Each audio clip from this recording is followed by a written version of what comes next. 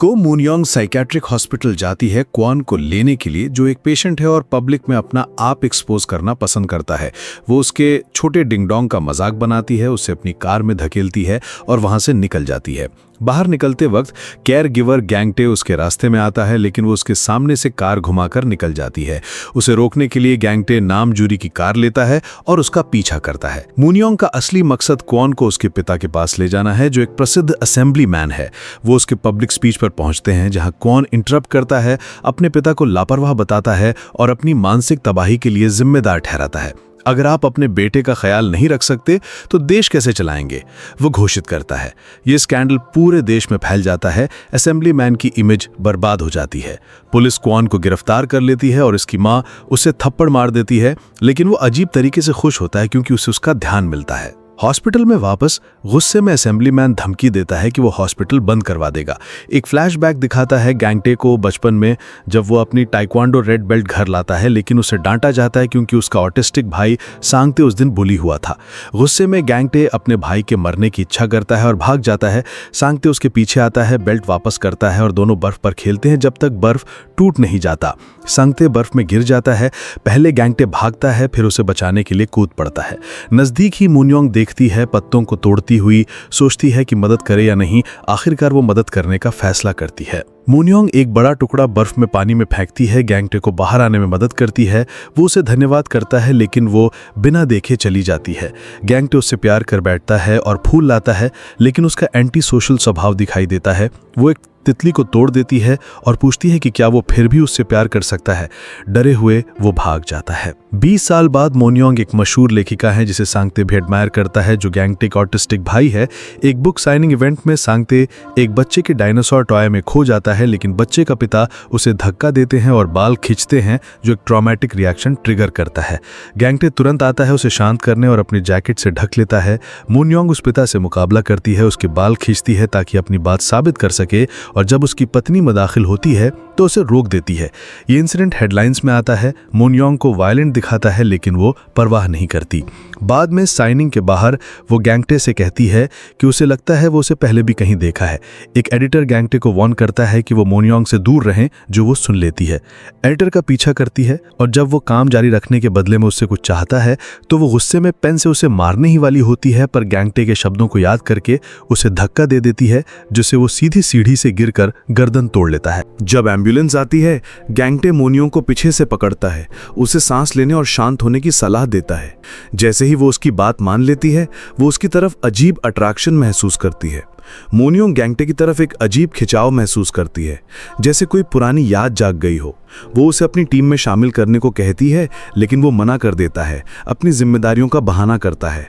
उसका बचाव उसकी दिलचस्पी बढ़ाता है। वो अपनी असिस्टेंट यूजी को गैंगटे के बारे में सब कुछ खोजने को कहती है और पता लगती है कि वो ओके साइकेट्रिक हॉस्पिटल में केयर गिवर है, छोटे से सेंगजन शहर में।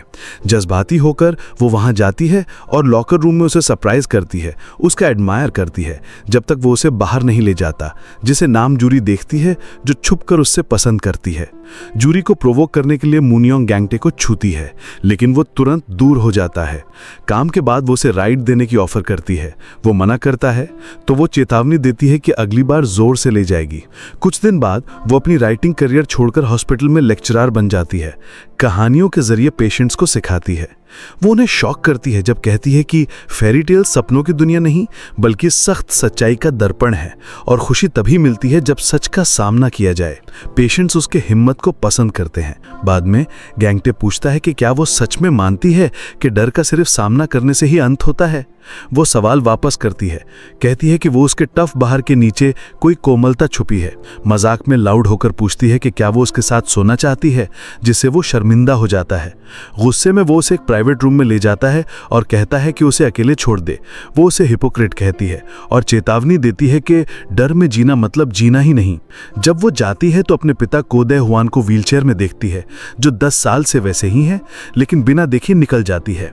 जब वो निकल रही होती है, सुनबियल उसे याद दिलाती है कि हॉस्पिटल में काम करने का मतलब अपने पिता का भी ख्याल रखना है, लेकिन मूनयोंग इसे नजरअंदाज करती है। वैसे ही गैंगटे सांगते को डायरेक्टर ओ जीवांग के पास ले जाता है साइकोलॉजिकल असेसमेंट के लिए। सैंगटे के ड्राइंग्स देखकर जीवांग उसे हॉस्पिटल की दीवार पर म्यूरल बनाने का काम देता है और अच्छा काम करने पर बड़ा इनाम देने का वादा करता है। उस रात सैंगटे अपने पिगी बैंक में सिक्के डालता है और गैंगटे को बताता है कि वो आरवी के लिए बचत कर रहा है ताकि हर साल बसंत में जगह बदलने से छुटकारा मिले। अपनी माँ के हत्या के ट्रॉमा से भागने के लिए उसके पास सिर्फ एक बटरफ्लाई की याद है जो उसका पीछा करता रहा। गैंगटे उसे गले लगाता है और वादा करता है कि वो इस सबको साथ मिलकर पार करेंगे। नेक्स्ट डे मूनयोंग गैंगटे को जोर से अपनी कार में ले जाती है। जब वो दूर जाने की कोशिश करता है वो प्यार से आई लव यू बार बार मजाक में कहती है जबकि वो चुप रहता है। रात को वो अपने पुराने खाली मैंशन वापस जाती है जो उसके पिताजी ने उसकी माँ के लिए बनवाया था ताकि वो शांति से लिख सके। वहां उसका इंतजार कर रहा होता है ली सैंग इन, सैंगसैंग पब्लिशिंग का सीईओ, जो उसे सोल वापस जाने को और अपनी बुक फिनिश करने को कहता है वरना बैंक्रप्सी हो सकती है। वो मना कर देती है, कहती है कि उसकी दूसरी जरूरतें हैं। उस रात उसे सपना आता है कि उसकी माँ उसके बाल सहरी कर रही है। फिर वो देखती है बेसमेंट से खून बह रहा है और माँ का लाश वहां पड़ा है, जो उसे एक ठंडी सी फीलिंग देता है कि उसकी आत्मा अभी भी वहां है। अगले दिन सांगते अपना म्यूरल बनाने लगता है। मूनयोंग बिना बताए आ जाती है जो सांगते को खुशी देता है। जब वो दोनों सेल्फीज लेते हैं, नम जूरी सवाल करती हैं कि बिना क्लास के वो यहाँ क्यों है। मूनयोंग कहती है वो गैंगते से मिलने आई है। सांगते की आर्ट देखकर वो पैसे लेने से मना करती है, फिर मजाक में उसके बाल खींचती है। तब तक गैंगते आता है, उसका हाथ पकड़ता है और कहता है अपने भाई से दूर रहे। गैंगते सांगते को डांटता है कि मूनयोंग के साथ बैठना बंद करे और उसे दूर रहने को कहता है। मूनयोंग गैंगते के चेहरे पर थप्पड़ के निशान देखती है। जब वो अकेला होता है तो कहता है कि ये असेंबलीमैन क्वन के पिताजी ने मारा था जो हॉस्पिटल बंद करने की धमकी दे रहे हैं। उस पर ब्लेम डालते हुए वो कहता है उसकी जिंदगी से दूर रहे। कहता है वो एक खोखला इंसान है जिसमें इमोशंस नहीं है। रिजेक्टेड होकर मूनयोंग दिल टूटी हुई महसूस करती है। अपनी बात निभाने के लिए वो अपने पिताजी से मिलती है पर वो उसका गला दबाता है और कहता है वो एक मॉन्स्टर है। लोग उसे रोक लेते हैं पर वो दुख के साथ चली जाती है। बस में गैंगते उसे बारिश में देखता है, फिर बाद में उसकी किताब द ज़ॉम्बी किड पढ़ाता है। माँ का अपने ज़ॉम्बी बेटे के लिए अपना बलिदान कहानी उसे रुलाती है। उसके अपने माँ की यादें ताज़ा हो जाती हैं। जब उसका दोस्त जैसू कहता है उसने मूनयोंग को चलती देखा, गैंगते बारिश में भागकर उसे ढूंढता है जो नंगे पैर और गीली होती है और अपनी जैकेट उसके ऊपर डालता है। वो उसे मोटेल ले जाता है, अलग अलग रूम लेने को कहता है पर वो एक रूम में रहना चाहती है। उसका पर्स कार में छूटा और उसका वॉलेट भी नहीं है, इसलिए उसे चलना पड़ता है। वो उसे अपने छोटे से रेंटल घर ले जाता है जो नमजोरी की माँ के घर के अंदर है और कहता है उसकी स्टे सीक्रेट रखनी है और ये रोमांस नहीं जिम्मेदारी की वजह से है। गैंग मूनयोंग से कहता है कि आराम करे और सुबह जाए पर वो मना करके फ्लर्ट करती रहती है। गैंग गुस्सा होकर उसे डांटता है। सांगते गैंग के कठोर शब्दों से दुखी होकर अपना सर दीवार से टकराता है। गैंग गिल्टी महसूस करता है, माफी मांगता है और उसे शांत करता है। गैंग सुंदक के खाने के इनविटेशन को मना करता है और मूनयोंग के लिए खाना लाता है। वो उससे फ्लर्ट करती है पर वो मना करता है। जैसू आता है पर गैंग उसे दूर भगा देता है ताकि झंझट ना हो। मूनयोंग पूरी रात गैंग को अपनी तरफ खींचने की कोशिश करती है पर वो उसे दूर ढकेल देता है। सुबह जूरी हैरान होती है जब उसे मूनयोंग वहां मिलती है। जूरी और मोंग के बीच झगड़े शुरू हो जाते हैं जो गैंग के बीच में आने पर खत्म होते हैं। वो मोंग को जाने को कहता है और पैसे देता है जो वो फेंक देती है। जूरी अपनी माँ सुन को बात बताती है जो उसे आश्वासन देती है कि गैंग को सच में मूनयोंग में दिलचस्पी नहीं है और उम्मीद रखने को कहती है। सैंगथाई पेंटिंग शुरू करता है पर तितलियां नहीं बनाता। डायरेक्टर ओ का पीछा करता है, गुस्से में सबको हंसाता है। गैंग जूरी को कहता है कि उससे ज्यादा उम्मीद मत रखो, वो अपने फ्यूचर को लेकर श्योर नहीं है। जूरी कहती है वो उसका पीछा कर चुकी है और अब कम से कम उसे पसंद करने की इजाजत चाहती है। मूनयोंग सांगताई को अपने मैंशन का लीड डिजाइनर बनाती है। बाद में गैंग को पता चलता है मोंग ने सांगताई को ले लिया है तो वो उससे कॉल करता है। वो अपने मैंशन का एड्रेस देती है जो गैंग को पहले से पता है। एक फ्लैशबैक में गैंग 20 साल पहले मूनयोंग को फूल देता है। वो गुस्से में उन फूलों को कुचल देती है जब उसकी माँ उसे रोकती है। अब गैंग वापस मैंशन में एंटर करता है जब मूनयोंग देख रही होती है। गैंग मूनयोंग से कहता है कि ये घर पुरानी यादें ताज़ा करता है। वो याद करता है कि उसने 20 साल पहले उसे फूल दिए थे, जो मूनयोंग को हैरान कर देता है।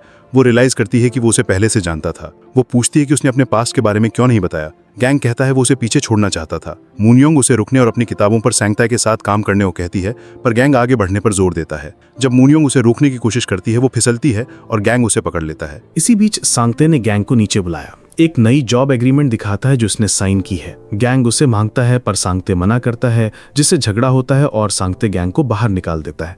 मूनयोंग सांगते को रोकने को कहती है और गैंग की मदद का ऑफर करती है पर वो मना करके चला जाता है। घर वापस जाकर गैंग फटा हुआ एग्रीमेंट देखता है और समझता है कि सांगते ने आरवी लेने के लिए साइन किया है, पैसे के लिए नहीं। इस बात से गैंग को गहरा असर होता है। बाद में सांगते गैंग का इंतजार करता हुआ सो जाता है, मूनयोंग के ब्लैंकेट से ढका हुआ। अगले दिन ली सैंगिन मूनियंग के मैंशन में घुसने की कोशिश करता है, पर सांगते उसे रोकता है। सैंगिन जोर जबरदस्ती करता है और गिर जाता है। वो मूनियंग की फिक्र करता है और उसे सऊल ले जाना चाहता है। मूनियंग कहती है वो अपनी किताब पर काम कर रही है और सांगते उसका आर्ट डिजाइनर है। गैंग अपना सामान लेकर आता है और मूनियंग खुश होती है। सांगते माफ़ी मांगता है और गैंग उसे माफ़ कर देता है। वो सेटल हो जाते हैं, घर साफ करते हैं और खाना बनाते हैं। मूनियंग उनके साथ खुश और कम तन्हा महसूस करती है। बाद में हॉस्पिटल में मूनियंग लेक्चर देती है। सांगते पेंट कर रहा होता है और गैंगते काम में बिजी होता है। डायरेक्टर गैंगते से पूछता है कि वो बटरफ्लाइज से क्यों डरता है और याद दिलाता है कि एक किलर बटरफ्लाई पिन पहनता था जिसने उसकी माँ को मारा था। क्लास जाते वक्त मोनियंग मिलती है कॉन्ग यूना से, एक पेशेंट जो मानती है कि मोनियंग उसकी बहुत पहले खोई हुई बेटी है जो साल पहले मर गई थी। मोनियंग शॉक होती है और मना करती है, कहती है कि उसकी बेटी एक्सीडेंट में मर गई, लेकिन यूना नहीं मानती। गैंग बीच में आता है और यूना को बाहर ले जाकर शांत करने की कोशिश करता है। यूना सच्चाई से टूट जाती है और बेहोश हो जाती है। फ्लैशबैक में डिवान मोनियंग की माँ को मैंशन दिखाता है जहां सब खुश दिखते हैं। एक दिन मोनियंग अपनी माँ का बेजान बदन बेसमेंट में पाती है। उस रात उसे सपना आता है कि माँ की भूत उन दोनों भाइयों को धमकी देती है कि अगर वो नहीं गए तो वो मार देगी। डर के मारे मोनियंग चीखते हुए जाग जाती है। गैंगते उसे कंफर्ट करता है और प्रॉमिस करता है कि वो साथ रहेगा। अगली सुबह गैंगते समझाता है कि वो उसकी केयर करने के लिए रुका है। सांगते मोनियंग की कहानी द चीयरफुल डॉग गैंगते को पढ़कर सुनाता है, एक कुत्ते की कहानी जो आज़ादी का सपना देखता है, जिससे मोनियंग इंस्पायर होती है अपने लंबे बाल कटवाने की, जो उसकी कठोर माँ की याद दिलाती है। माँ की आवाज़ सुनकर वो गुस्से में आकर शीशा तोड़ देती है। बाद में गैंगते मोनियंग को दवा देता है, लेकिन वो मना कर देती है, कहती है वो दवा पर डिपेंड नहीं होना चाहती। डिनर पर वो मजाक में कच्चा मीट खाती है और कहती है कि अंदर ही पक जाएगा। उस रात थक कर वो गैंगते से कहती है कि उसे उठाकर ले जाए। तब कॉल आती है और वो मजाक में कहती है कि वो डेट पर हैं। अगली सुबह यूना कोमा से जागती है, अपनी बेटी की ट्रैजिक मौत याद करती है और गिल्टी फील करती है। गैंगते अपनी माँ की कठोर नेचर याद करता है, लेकिन फिर पता चलता है कि माँ पर एक स्पेशल बच्चे जैसे सांगते की रिस्पॉन्सिबिलिटी थी। वो कहती है गैंगते को कि माँ की अच्छी यादें याद रखे और खाना खाए। इमोशनल होकर गैंगते रोती ही खाना शुरू करता है। बाद में वो वापस आता है और देखता है मोनियंग इंतजार कर रही है। वो कहता है कि वो आंखें बंद करे और सरप्राइज देता है एक डॉल जिसका नाम मांगाई है, जो उसने सांगते के लिए बनाई थी, जो बुरे सपने दूर रखें। मोनियंग खुशी से उसे एक्सेप्ट करती है। उस रात गैंगते को माँ की यादें याद आती हैं, जब वो उसके फेवरेट नूडल्स खरीदती थीं और दोनों भाइयों को छतरी के नीचे बारिश से बचाती थीं। उसे रियलाइज होता है कि माँ उसे उतना ही प्यार करती थी जितना सांगते को। वो इमोशनल होकर सांगते को गले लगाता है। अगली सुबह मोनियंग को पता चलता है कि उसकी क्लास सस्पेंड हो गई है, क्योंकि उसने यूना को डरा दिया था। वो यूना से मिलने जाती है और यूना की बेटी का दिया हुआ शॉल ले लेती है, जिससे यूना का बोझ हल्का हो जाता है। बाद में सैंगते मोनियंग की दया की तारीफ करता है। घर पर मोनियंग अपने लंबे बाल काट देती है, अपने पास्ट को छोड़ने का एक सिंबल। जब गांगते आता है वो हेयर कटिंग देखता है और मदद करने लगता है। बाल काटते वक्त उसका चेहरा चमक उठता है और वो कहता है कि वो खूबसूरत लग रही है।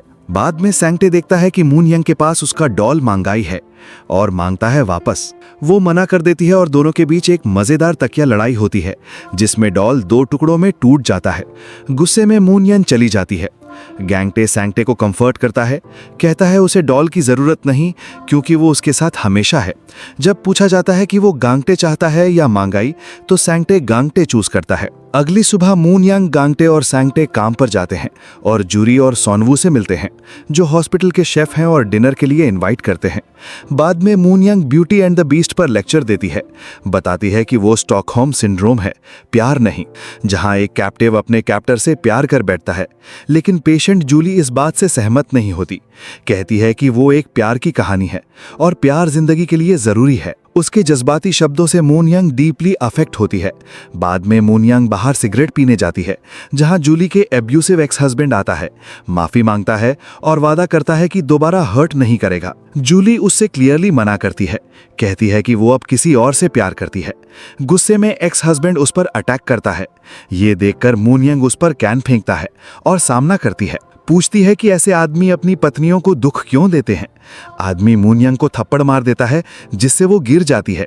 तभी गैंगटे आता है और जोर से एक्स हस्बैंड को पीटता है। हॉस्पिटल के स्टाफ ये सब देखते हैं और हेड नर्स पार्क हांगजा डायरेक्टर ओ को बताती है।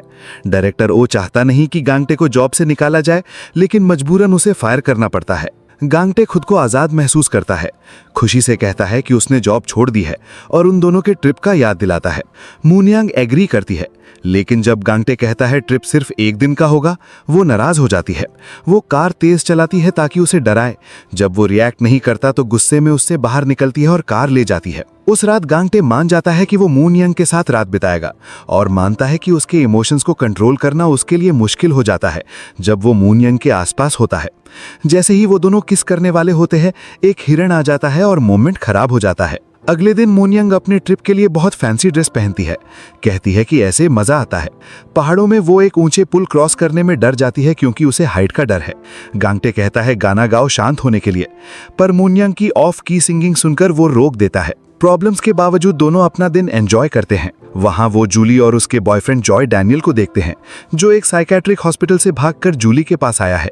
जूली को जल्दी अमेरिका जाना है अपनी सेफ्टी के लिए। जॉय गैंग से कहता है कि उसके बारे में रिपोर्ट मत करो और ब्लेम करता है गैंग को जूली की प्रॉब्लम्स के लिए। गैंग प्रॉमिस करता है चुप रहने का। मूनयांग सीक्रेटली सबके लिए टिकट्स खरीदती है और जब गैंग अपसेट होता है कि उसने अलग रूम्स नहीं लिए तो वो टीज करती है।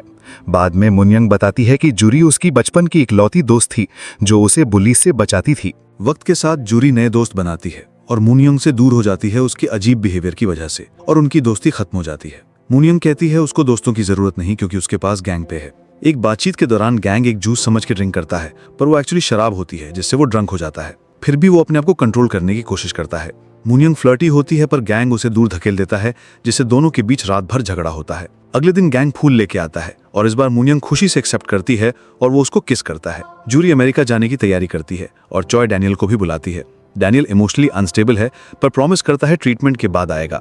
वो एक इमोशनल गुड बाय शेयर करते हैं। बाद में डैनियल उन लोगों को अपने दिन के बारे में बताता है और गलती से गैंग और मूनयांग के रिश्ते का राज खोल देता है।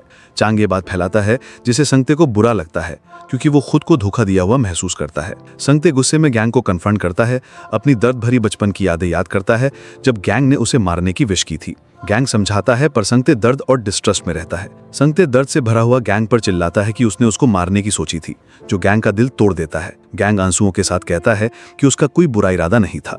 हॉस्पिटल स्टाफ संगते को सिडेट करके अलग रूम में डाल देते हैं। गैंग बाहर बेचैन होकर वेट करता है, पर जब संगते नहीं आता तो वो डीपली डिप्रेस हो जाता है। मूनयांग उसे रोकने की कोशिश करती है पर गैंग अपने गिल्ट में उसे ब्लेम करता है और दूर धकेल देता है, अपने आप को और ज्यादा गिराता हुआ। बाद में गैंग जूरी को बताता है कि उसने मूनयांग के साथ कितना अच्छा वक्त बिताया, पर वो कंफ्लिक्टेड है क्योंकि उसको संगते का ख्याल रखना है। वहीं हेड नर्स पार्क संगते को मैंग की मां की लिखी एक कीमती किताब देती है जिसे संगते क्यूरियस होकर पढ़ता है। अगले दिन मैंग गैंग के साथ रहने की गुजारिश करती है पर गैंग मना कर देता है, कहता है उसका फर्ज है संगते का ख्याल रखना। मूनयांग आंसुओं के साथ पूछती है कि वो अपने लिए कब जीना शुरू करेगा। उस रात मूनयांग बहुत अकेली महसूस करती है। मूनयांग गैंग को बहुत मैसेजेस भेजती है पर वो रिप्लाई नहीं करता। अकेली महसूस करते हुए वो सरप्राइज होती है जब जूरी आती है गैंग का सामान लेने। मूनयांग जूरी को ड्रिंक पे बुलाती है पर जूरी ड्रंकन होकर उसको थप्पड़ मार देती है और भड़कती है कि उसने गैंग का प्यार चुरा लिया है, फिर बेहोश हो जाती है। संगते जूरी को घर ले जाता है। गैंग अपने झूठ के लिए गिल्टी होकर टूट जाता है और संगते से माफी मांगता है जो उसे माफ कर देता है। हॉस्पिटल में पेशेंट पार्को क्रान अपने आप को डिवान की पत्नी बताती है, वो औरत जिसे डिवान मारने की कोशिश कर चुका है। डिवान गुस्से में है पर गैंग उसे रोकता है। मूनयांग के बर्थडे पे वो गैंग के घर के बाहर वेट करती है। ड्यूक उसे डिनर पे बुलाता है जहां वो सुंदू का सूप एंजॉय करती है, फिर घर जाती है। गैंग को पता चलता है कि पार्को क्रान भाग गई है और उसे डर है कि वो मूनयांग के घर जाएगी। गैंग पैनिक में मूनयांग के घर दौड़ता है क्योंकि पार्को क्रान आ चुकी है और कहती है वो मूनयांग की असली मां है। मूनयांग उस पर भरोसा नहीं करती पर पार्को क्रान एक लेटर छोड़ती है और उसे रोकने की कोशिश में मूनयांग का हाथ चोट लग जाता है। गैंग उसे गले लगाता है, परेशान होता है और जब वो पार्को क्रान के बारे में पूछता है तो वो कहती है वो बस चली गई। हर्ट होके वो सोचती है गैंग सिर्फ पार्को क्रान को पकड़ने आया था, उसके लिए नहीं, और अपने कमरे में चली जाती है। गैंग उसे रियश्योर करता है, किस करता है और बर्थडे विशेस देता है जिससे वो खुश हो जाती है। बाद में गैंग बीमार पड़ जाता है और मूनयांग उसका ख्याल रखती है। वो संगते के ट्रॉमेटिक पास्ट और उनकी मां के मर्डर के इम्पैक्ट के बारे में खुल के बात करता है। मूनयांग संगते को जू के रेस्टोरेंट में मिलती है, उसे इलस्ट्रेटर बनने के लिए एनकरेज करती है। फिर भी संगते दूरी बनाए रखता है, उसे झूठी बोलती है कहता है और पिज्जा खाने बुलाने के बाद भाग जाता है। गैंग काफी हैंडसम है, इसलिए जीसू के रेस्टोरेंट में कुछ लड़कियां उससे फ्लर्ट करती हैं। जीसू ने मूनयांग को उसकी फोटो भेजी जो गुस्से में तुरंत वहां पहुंच जाती है है और लड़कियों को डरा देती है। गैंग उसे शांत करने की कोशिश करता है। थोड़ी दूर बच्चों को खेलते देखकर गैंग मुस्कुराता है और मून यंग मजाक में पूछती है कि क्या वो उसके साथ बच्चे चाहता है। गैंग शर्मा के टॉपिक बदल देता है। बाद में ग्रोसरी शॉपिंग में मून यंग जोर से कहती है कि वो गैंग के बच्चों की मां बनना चाहती है, जिससे गैंग थोड़ा शर्मिंदा हो जाता है। घर आके मून यंग उसे गले लगाती है और कहती है कि वो उसे अपने कमरे के अलावा कहीं नहीं सोने देगी। गैंग थोड़ा हेजिटेट करता है लेकिन हाँ कर देता है। रात को गैंग कुर्सी पर बैठना चाहता है, बेड पर नहीं। मून यंग थोड़ी शराबी हो जाती है और अपनी मां के बारे में अपनी इमोशंस खोलती है। गैंग चुप हो जाता है और सोचता रहता है। अगले दिन सांगते पिल्लोंग के साथ ट्रैवल कर रहा होता है जब पिल्लोंग कंस्ट्रक्शन के शोर से पैनिक कर जाता है, जो उसके वॉर ट्रॉमा को याद दिलाता है। सांगते उसे शांत करता है और हॉस्पिटल ले जाता है। डायरेक्टर ओजी वोंग सांगते की तारीफ करता है और उसे कहता है कि अपनी मां के मर्डर की रात याद करने की कोशिश करे। सांगते को याद आता है कि उसने अपनी मां को मरा हुआ देखा था, जिसका गला कटा हुआ था। एक औरत ने मारा था जिसके कोट पर बटरफ्लाई बैच था। किलर ने सांगते को धमकी दी थी कि भूल जाओ वरना तुम भी मरे जाओगे। केस पुराना हो चुका है। गैंग को पता चलता है कि वो बटरफ्लाई बैच मून यंग की मां के कोट पर था, मतलब वही मर्डरर है। गैंग गुस्से में दरवाजा पंच करता है और हाथ चोट लग जाती है। मून यंग जब आती है और चोट देखती है तो गैंग बात करने से मना करता है और गुस्सा करता है। बाद में वो डायरेक्टर वोंग को बताता है कि वो मून यंग से प्यार करता है, पर सच्चाई से दूर है कि उसकी मां को उसकी मां ने मारा है। वो फंस गया है। रिवेंज से सिर्फ मून यंग को दर्द होगा। डायरेक्टर उसे स्ट्रांग रहने को कहता है पर कुछ नहीं कर सकते। गैंग अपनी मां की फोटो देखकर रोता है और अपने आप को सांगते और मून यंग से दूर कर लेता है। कुछ दिन बाद सांगते और मून यंग की प्लानिंग पर गैंग सूट में फोटो लेने आ जाता है, जो मून यंग को खुशी देता है। फिर मून यंग के पिताजी दी हुआंग की मौत हो जाती है, जिससे वो टूट जाती है। हॉस्पिटल में सांगते को एक बटरफ्लाई बनाते हुए देखा जाता है, वही बटरफ्लाई जो उसकी मां को मारा था। मून यंग समझ जाती है कि उसकी मां जिंदा है और खतरा है। वो पैनिक में हॉस्पिटल से भाग जाती है, जहां गैंग उसे समझाता है। डायरेक्टर ओजी वोंग गैंग को सीसीटीवी दिखाता है, जिसमें पता चलता है कि butterfly batch head nurse Park हैंगजा ने बनाया है, जो मून यंग की असली मां और मर्डरर है। वो धीरे धीरे दी वैंग को टॉर्चर कर रही थी। पार्क हैंगजा मून यंग को मारना चाहती है।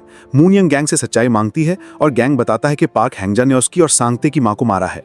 मून यंग बहुत दुखी होती है और माफी मांगती है, पर गैंग कहता है कि उसकी मां का गुनाह है, उसका नहीं। मून यंग कहती है कि वो गैंग और सांगते के साथ नहीं रह सकती क्योंकि हमेशा मां की यादें दिखेंगी। गैंग नहीं छोड़ता। सांगते मून यंग को खिलाता है, जो कई दिन से कुछ नहीं खा रही होती। पार्क हैंगजा कैंग को बुलाती है और धमकी देती है कि या तो वो मून यंग को छोड़ दे और गायब हो जाए या सबको मार देगी। कैंग मना करता है। पार्क हैंगजा कहती है कि मून यंग उसकी क्रिएशन है और वो अपनी मास्टरपीस नहीं खराब होने देगी। कैंग कहता है वो अपनी बेटी को ऑब्जेक्ट जैसा ट्रीट कर रही है। हैंगजा ने उसकी मां को एक छोटी सी बात पे मारा था। कैंग गुस्सा होकर अटैक करता है, लेकिन हैंगजा उसे मारने को प्रवोक करती है, जिससे उसका मून यंग के साथ रिश्ता खराब हो जाए। कैंग रोक लेता है, तब हैंगजा उसे सेडेट कर देती है।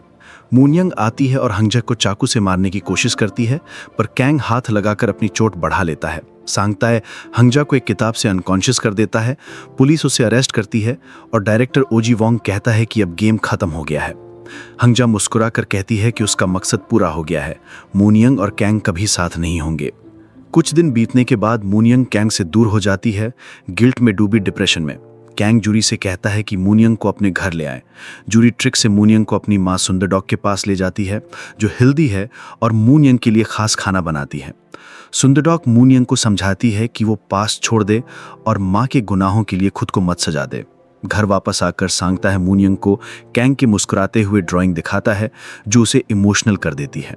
कैंग अपनी मां के लिए हॉस्पिटल में पेड़ लगाता है। मून यंग पेड़ से माफी मांगती है, पर कैंग कहता है वो जिम्मेदार नहीं है। बाद में कैंग मून यंग के पीछे चलता है, अपनी मोहब्बत बताता है और उसे प्यार से किस करता है। मून यंग खुश होकर रुकने को तैयार होती है। दोनों डिसाइड करते हैं कि वो पास्ट को पीछे छोड़ देंगे। मून यंग सांग की मदद से नई किताब लिखना शुरू करती है, जिसमें वो कैंग को मजाक में स्टोरी से बाहर रख लेती है। महीनों की मेहनत के बाद सांगताए अपनी कंपनी के थ्रू स्टोरी बुक पब्लिश करता है। वो उसकी मां के मेमोरियल पर आवाज में पढ़कर इमोशनल हो जाता है। कहता है मैं एक प्रोफेशनल आर्टिस्ट बन गया हूं। कैंग उसे गले लगाता है। किताब 3 बच्चों की कहानी है जिनके चेहरे एक जादूगरनी ने चुरा लिए थे। वो अपने असली चेहरे वापस लेने निकलते हैं और समझते हैं कि असली खुशी खो गई थी, जो वापस मिलती है। पब्लिकेशन सेरेमनी में मून यंग और सांगताए मजाक करते हैं कि कौन कहानी सुनाएगा। सब हंसती हैं। उनका पास्ट के साए दूर होते हैं और दिल खुशियों से भर जाते हैं। सांगताए हॉस्पिटल में म्यूरल कंप्लीट करता है और डायरेक्टर ओजी वोंग उसे आरवी रिवॉर्ड में देता है, उन भाइयों की हिम्मत को सल्यूट करते हुए। मून यंग, कैंग और सांगताए आरवी में सफर पर निकलते हैं। सांगताए प्राइवेसी चाहता है, नई नौकरी लेता है और कैंग से इमोशनल अलविदा लेता है। उनका ये इमोशनल सफर यहीं खत्म होता है।